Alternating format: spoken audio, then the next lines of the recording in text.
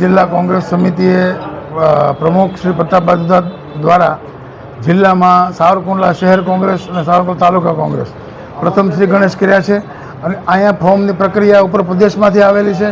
જે ફોર્મ પ્રદેશમાંથી નિમાયેલા નિરીક્ષક શ્રી અમિતભાઈ લવતુકા સ્વીકારશે અને સાવરકુંડલા શહેરની અંદર સ્વચ્છ લોકો, સારા લોકો શાસન કરી શકે એટલા માટે આ એક કોંગ્રેસનો નવતર પ્રયાસ છે.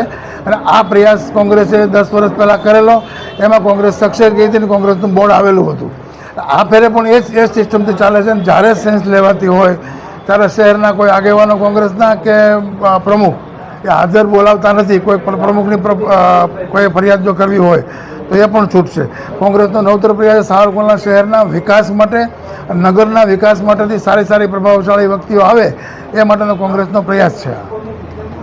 ગુજરાત પ્રદેશ કોંગ્રેસ સમિતિના પ્રમુખ આદરણીય અમિતભાઈ ચાવડાના આદેશ અનુસાર આખા ગુજરાતમાં જ્યારે સ્થાનિક સ્વરાજની ચૂંટણી આવી રહી છે ત્યારે સ્થાનિક સ્વરાજની ચૂંટણીના અગાઉથી હજી ચૂંટણીઓ જાહેર નથી, પણ કોંગ્રેસ જે છે એ એક્ટિવ મોડમાં છે અને જે રીતે ચૂંટણીઓ જાહેર થઈ પહેલાં જ આખા ગુજરાતમાં પસંદગી પ્રક્રિયા જે છે હાથ ધરવામાં આવી છે. ત્યારે અમરેલી જિલ્લામાં સાવરકુંડલા તાલુકા અને સાવરકુંડલા નગરપાલિકાની જવાબદારી મારા શિરે આવી છે. ત્યારે આજરોજ અમરેલી જિલ્લા પ્રમુખ પ્રતાપભાઈ, નગરપાલિકાના શહેરના પ્રમુખભાઈ શ્રી યશુભાઈ આજે શ્રી ગણેશ એમ કર્યા છે સાવરકુંડલા નગરપાલિકાના પસંદગી ઉમેદવારોને સાંભળવા માટેના.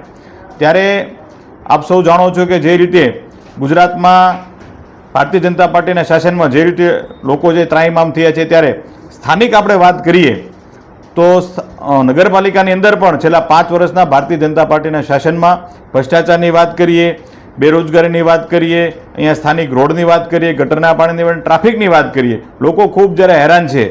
મહારાજા કૃષ્ણકુમારસિંહજીએ આપેલા જે તે સમયના રોજગારી અહીંયા બાલા જે ઊભા કરવામાં આવેલા હતા એ પણ નગરપાલિકાએ છીનવી અને રોજગારી આપવાની વાત તો દૂર પણ બેરોજગાર કર્યા છે. ત્યારે આવનારા દિવસોની અંદર કોંગ્રેસ પ્રત્યે વિશ્વાસ અને ભરોસો મૂકી અને જે રીતે ગયા 5 વર્ષની અંદર કોંગ્રેસનું સુશાસન હતું અને જે રીતે લોકોનો એક વિશ્વાસ હતો એ જ રીતે આવનારા દિવસોની અંદર કોંગ્રેસની નગરપાલિકા બનશે અને ફરી વખત જે છે લોકોના વિશ્વાસ અને લોકોના મતથી જે છે આવનારા દિવસોની અંદર નગરપાલિકામાં કોંગ્રેસ બેસશે. મને